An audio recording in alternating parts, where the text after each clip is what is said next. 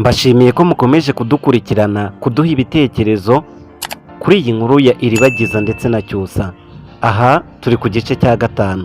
Ndabashimiye abari mu gihugu cy'u Burundi, Leta Zunze Ubumwe za Amerika n'abandi benshi cyane mukurikirana iyi nkuru y'urukundo rwa Iribagiza na Cyusa. Byanze bikunze kugira ngo tuzarebe amaherezo y'aba ngaba uko azarangira. Iribagiza nyuma y'imyaka myinshi cyane arwanira kuzatsinda umusore bita Cyusa, nyuma y'igihe yaje kwigarurira umutima w'uyu musore. Turi kugera ku ma episode ari gusohoka kuri ubu ngubu, ariko nanone twahereye ku ma episode ya kera mu bice bya kera, ariko tukagenda twibanda no ku rukundo rw'uyu munsi ruri kugaragara muri episode ziri gusohoka ubu ngubu, cyane ko abantu benshi bibaza ngo ese iyi filimi izarangira gute cyangwa se izarangirira hehe. Ibi byose natwe tuzakomeza twigenda twigabanda kuri iyi nkuru yabo Iribagiza na Cyusa umunsi ku munsi uko bwije n'uko bukeye. Reka dukomeze n'igice cya gatanu ku nkuru y'urukundo. Ndaza kugushimira cyane nuramuka ugiye muri komenti ukanyandikira uburyo ubona iyi nkuru ndetse n'uburyo uyishimira, ndetse nimba wumva twanayikomeza nabyo ukabigiramo uruhare mu kubivuga muri komenti. Muri abafana beza, muri abantu b'ingirakamaro, mwebwe muduha ibitekerezo byanyu bya buri munsi. Wa muntu utumva gusa ngo agende, ahubwo akakanda like akanajya no mu bitekerezo akabyandika. Imana iguhereza umugisha, weekend nziza kuri wowe. Reka dutangire n'inkuru yacu. Ubwo Iribagiza yacikanye na Cyusa, baragenda bajya kure cyane aho umuryango wa Rugema utazababona. Hari hashize igihe kinini cyane bari mu matiku, bari mu mahane.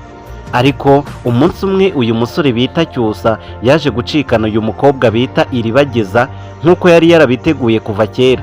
Uwo munsi abareba filimi Inzira y'Umusaraba bari bishimye cyane kubera ko Cyusa yari agiye gutwara Iribagiza. Aha ni ku nshuro ya mbere ubwo Cyusa yageragezaga gukora iki gikorwa cy'ubutwari kugira ngo acikane umukunzi we, amujyane kure cyane aho Rugema w'umugome, Fabiola ndetse na Mukanambara batazamubona.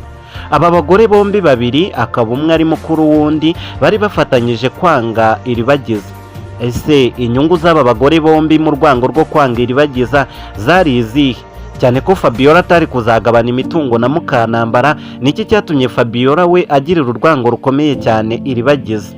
Ibi byose tuzagenda tubigarukaho muri iyi nkuru. Muri uru rugo nkwibutse ko Kanyana niwe muntu wenyine wagerageje kuvuganira Iribagiza, kumurwanaho mu buzima bwa buri munsi, gukora ibishoboka byose kugira ngo Iribagiza abeho neza, ndetse yamuhaga amakuru yose afatika.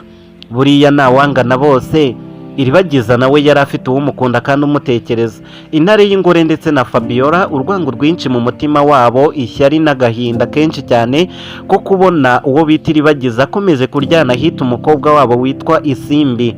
Nyamara bakoraga ibishoboka byose mu kwambika Isimbi imyenda myiza igezweho, cyane ko Isimbi ari umwe mu bakobwa bambara imyenda migufi cyane ndetse y'utumini kugira ngo agerageze kugaragara neza cyangwa se gukurura Cyusa. Ibitangaje rero kuri iyi nkuru, nubwo Isimbi yambaraga neza cyane kurenza Iribagiza, cyane ko Iribagiza yamenyekaniye mu ikanzu imwe gusa irimo amabara y'umuhondo ndetse n'amabara y'umukara. Ni ikanzu zigezweho zasohotse mu mwaka wa 2018, ziza gutrendinga cyane mu mwaka wa 2023 kugeza mu mwaka wa 2024. Niyo kanzu Iribagiza yahoragamo, byasaga nk'aho ari ikirango cya Iribagiza. Cyusa akigera muri uru rugo atitaye ku myambarire ya Isimbi, uburyo Isimbi yarobeshagamo Cyusa cyangwa se uburyo yamuteraga irari, ntabwo byatumye abona amahirwe yo gutsindira Cyusa. Ahari kimwe yakigezeho mu mahirwe yifuzaga, ariko nanone Isimbi amahirwe yifuzaga ya nyayo ntabwo yari amahirwe yo kuryamana na Cyusa gusa, ahubwo yari amahirwe yo kuzaba umugore we, akaba umwamikazi ndetse Cyusa akaba umwami.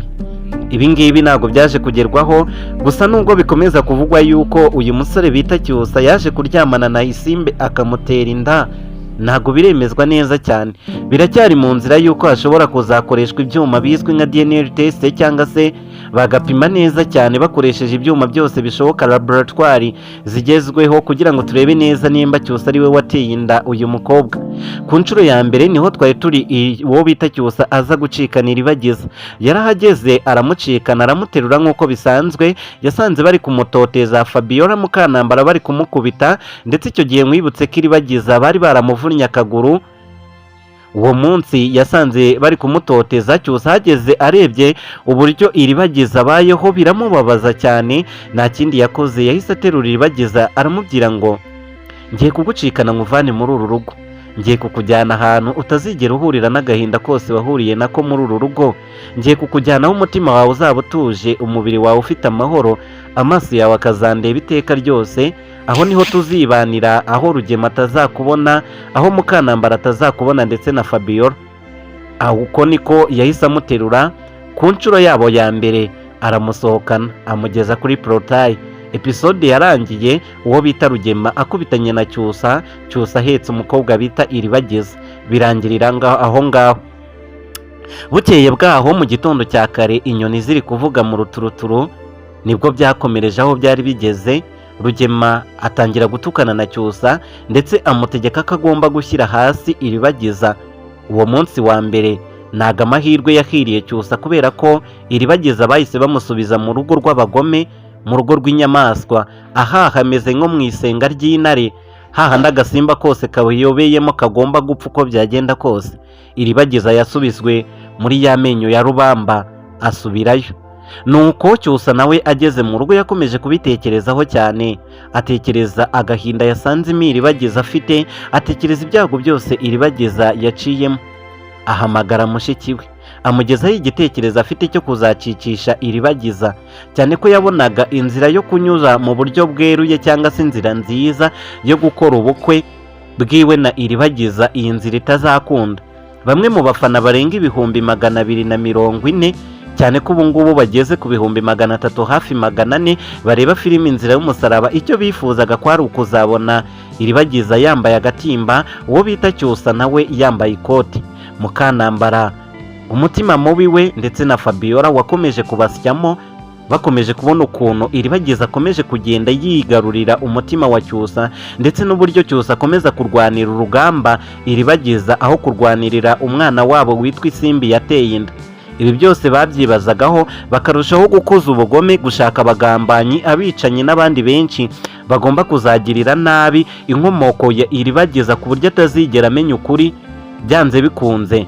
Aba bicanyi nta kindi bahigaga, bo ntago bari bari ku ruhande rwo kwica urukundo rwa Iribagiza na Cyusa, ahubwo babonaga yuko nyuma yuko Iribagiza abanye na Cyusa bitewe n'amafaranga uyu musore bita Cyusa afite, bashobora kuzabona n'umuti utuma Iribagiza yibuka, akibuka n'ibindi bibi byose Mukanambara ndetse na Fabiola Rugema bakoze.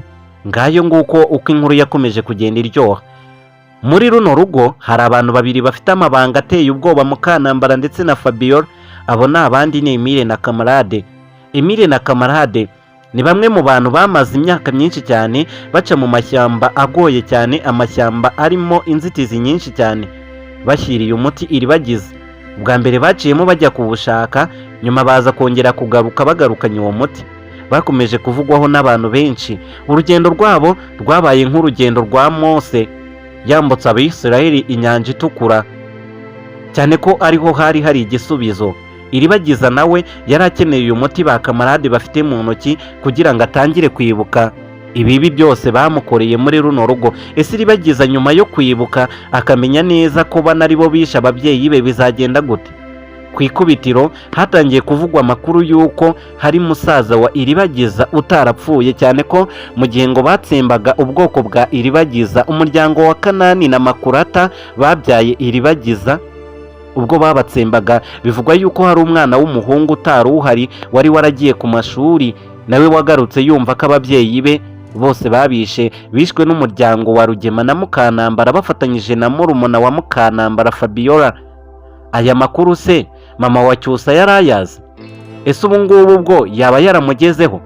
Aba bana nyuma yo gucikana ku nshuro yabo ya kabiri bagerageje ikindi gikorwa cyo kuba Cyusa yacikanira Iribagiza bakigendera.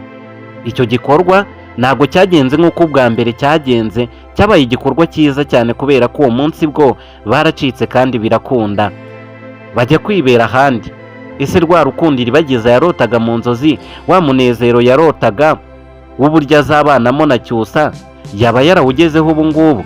Ibi byose tuzakomeza kugenda tubirebera hamwe muri iyi nkuru ya Iribagiza. Nkwibutse ko iki ni igice cya 5. saa 10 murakurikirana igice cya gatandatu. Ni ibice bibiri ku munsi bisohoka buri munsi tuzakomeza kugenda tuyigarukaho. Nimba uri mushyashya ukaba wumvise iyi nkuru bwa mbere, duha ibitekerezo byawe muri komenti, wibuke no gukanda like kugira ngo iyi nkuru igere no ku bandi benshi cyane. Mwifurije kugira weekend nziza n'isabato nziza.